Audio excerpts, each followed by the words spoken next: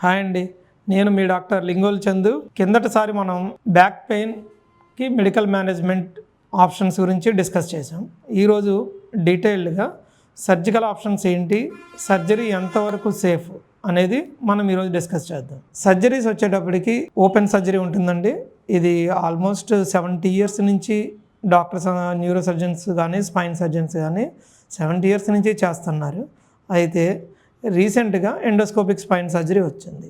మరికొంతమంది పేషెంట్లు కొంచెం అప్రహెన్షన్గా ఉంటారు, అంటే సర్జరీస్ అంటే భయపడతారు. వాళ్ళు ఏమంటారంటే సర్జరీ చేయించుకోకపోతే ఏమన్నా అవుతుందా అంటే, డెఫినెట్గా సర్జరీ చేయాల్సిన కేసుకి సర్జరీ చేయకపోతే కొన్ని ప్రమాదకరమైన పరిస్థితులకి వెళ్ళొచ్చు. ఏం ప్రమాదాలు ఉంటాయి? ఏం ప్రమాదాలు అంటే, ఒకటి పాదం పట్టుకోల్పోవచ్చండి. అంటే పాదం మన మాట విందు, ఇలా పాదం పడిపోతుంటుంది, పాదం మీద కంట్రోల్ పోద్ది, దాన్ని ఫుట్ డ్రాప్ అంటాము. సో నడుము నొప్పి దగ్గర మనం డిస్క్ జారి నరాన్ని నొక్కుతుంది అంటే అది సయాటికా. మన కామన్ లాంగ్వేజ్లో చెప్పాలి అంటే అది సయాటికా. ఆ సయాటికా కానీ మనం ట్రీట్మెంట్ తీసుకోకపోతే పాదం పట్టుకోల్పోతారు. అంటే పాదం మన మాట వింది, ఇలా పైకి పాదాన్ని ఇలా లేపాలనుకున్నా పాదం లేవదు. 2, పాదం అంతా మొద్దుబారిపోతుంది. ఆ పాదం మొద్దుబారిపోయినప్పుడు ఏదైనా షార్ప్ ఆబ్జెక్ట్స్ అంటే పదునైన వస్తువులు, సూది కానీ లేకపోతే రాయి మీద కాలేసినప్పుడు మన స్పర్శ తెలియకుండానే గాయాలు అయిపోతుంటాయి. అలాగే మూడోది ఇంకా అత్యంత ప్రమాదకరం ఏంటంటే యూరిన్ కంట్రోల్ లేకుండా అయిపోతుంది.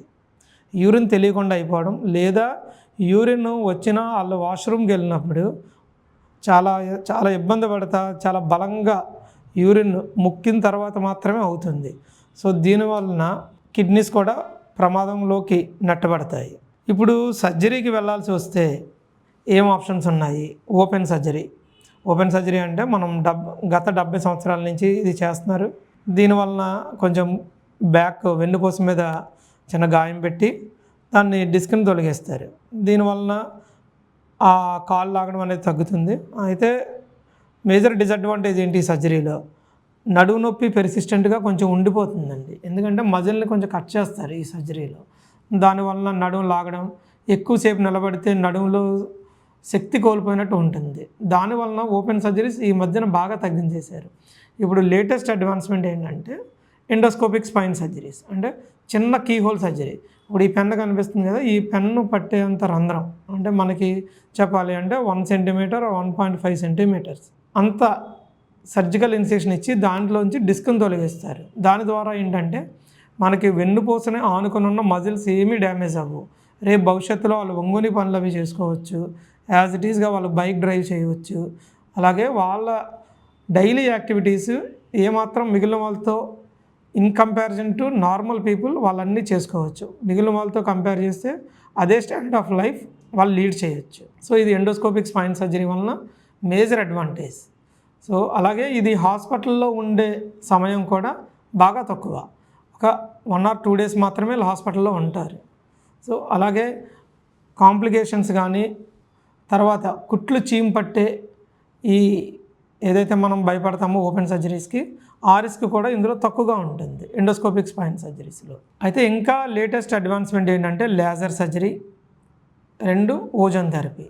లేజర్ థెరపీ అంటే మనం యూజ్ చేసే లేజర్ డిస్క్ దగ్గరికి తీసుకువెళ్ళి ఇక్కడ కూడా ఎండోస్కోపీ లాగా చిన్న గంట పెట్టి లేజర్ బీమ్ లోపలికి తీసుకువెళ్ళి ఆ డిస్క్ని కరిగిస్తారు. అయితే ఇది ఇంకా కంప్లీట్ ప్రాక్టీస్లో రాలేదు, అంటే అన్ని సెంటర్స్లోనే అవైలబుల్గా లేదు, అండ్ దీని మీద ప్రూవెన్ స్టడీస్ కూడా లేవు. అలాగే ఇది మైల్డ్ డిసీజ్ మాత్రమే ఉపయోగపడుతుంది లేజర్ అనేది, అంటే చాలా చిన్న తొలి దశలో మాత్రమే చేయగలుగుతాము. ఎండోస్కోపీ చేసినంత ఎఫెక్టివ్గా లేజర్ సర్జరీ అనేది ఎఫెక్టివ్గా పనిచేయదు. పోతే ఓజోన్ థెరపీ.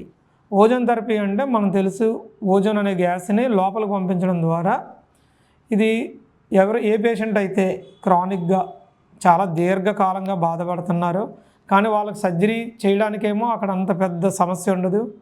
ఇన్ఫ్లమేటరీ మీడియేటర్స్ వలన వచ్చే పెయిన్, అంటే లోపల మనకు కొంచెం కెమికల్స్ ఉంటాయండి, ఆ కెమికల్స్కి యాంటీ ఆక్సిడెంట్ కింద మనకి ఓజోన్ థెరపీ పనిచేస్తుంది. ఈ ఓజోన్ థెరపీ వలన లోపల ఉన్న ఇన్ఫ్లమేటరీ మీడియేటర్స్ని అవి నల్లిఫై చేస్తుంది, డీటాక్సిఫై చేస్తుంది.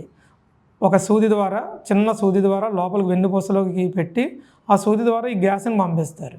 ఇది కూడా day care procedure. Day care procedure అంటే మీరు ఉదయం అడ్మిట్ అయితే సాయంత్రం ఇంటికి వెళ్ళిపోతారు. బాడీ మీద ఎటువంటి కట్ కూడా ఉండదు దీనికి, జస్ట్ ఒక నీడిల్ ద్వారా వెళ్తాం.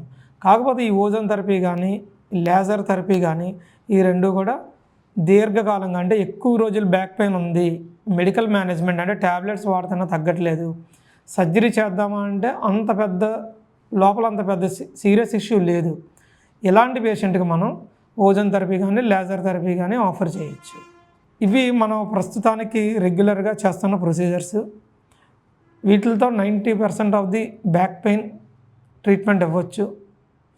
1 or 2% మనం ట్రీట్మెంట్ ఇవ్వలేకపోవచ్చు. ఎన్ని ట్రీట్మెంట్లు ఇచ్చినా వాళ్ళు రెస్పాండ్ అవ్వలేకపోవచ్చు. సో ఇంకొక విషయం నేను చెప్పాలనుకున్నాను ఏంటంటే, బ్యాక్ పెయిన్ సర్జరీ అనేది అసలు ప్రమాదమే కాదు. ఇప్పుడు మేము ట్రీట్మెంట్ చేసిన పేషెంట్లో 99.999% ఆఫ్ ది పేషెంట్స్ ఎవరు కూడా బెడ్ రిడన్ అవ్వలేదు. ఏది బ్యాక్ పెయిన్ సర్జరీకి వచ్చిన వాళ్ళు ఎవరు కూడా బెడ్ రిడన్ అవ్వలేదు. అది గుర్తుపెట్టుకోవాలి. వాళ్ళు డిలే చేయడం వలన కానీ, ఏదైనా ప్రజెంటేషన్ అప్పుడు డిలే చేయడం వలన కానీ వస్తే అది క్యూర్ కాకపోవచ్చు. ఎందుకు లేట్ అయింది, ట్రీట్మెంట్ తీసుకోవడం లేట్ అయింది. మళ్ళీ ఇంకొకసారి మీకు మనవి చేసుకుంటుంది ఏంటంటే, ట్రీట్మెంట్ ఎర్లీగా వెళ్ళాలి. ఒక క్వాలిఫైడ్ స్పైన్ సర్జన్ దగ్గరికి వెళ్ళాలి. ఆయన ఆర్థోపెడిక్ సర్జన్ అయినా అవ్వచ్చు, లేదా న్యూరో సర్జన్ అయినా కావచ్చు. ఎవరైతే స్పైన్ సర్జరీలో ఎక్స్పీరియన్స్ ఉంటుందో ఆ డాక్టర్ దగ్గరికి వెళ్తే మీకు 99% క్యూర్ అయ్యే అవకాశం ఉంటుంది. లేట్ చేసుకోవడం వల్ల ఫెయిల్యూర్ రేట్ పెరుగుతుంది. ఒకసారి ఫెయిల్ అయిందంటే రికవరీ అనేది చాలా కష్టం. మీకు ఏ విధమైన సందేహాలు ఉన్నా, క్వశ్చన్స్ ఉన్నా కామెంట్లో పోస్ట్ చేయండి. మేము నెక్స్ట్ వీడియోలో దానికి ఆన్సర్ చేయడానికి ప్రయత్నం చేస్తాను. థ్యాంక్ యూ అండి.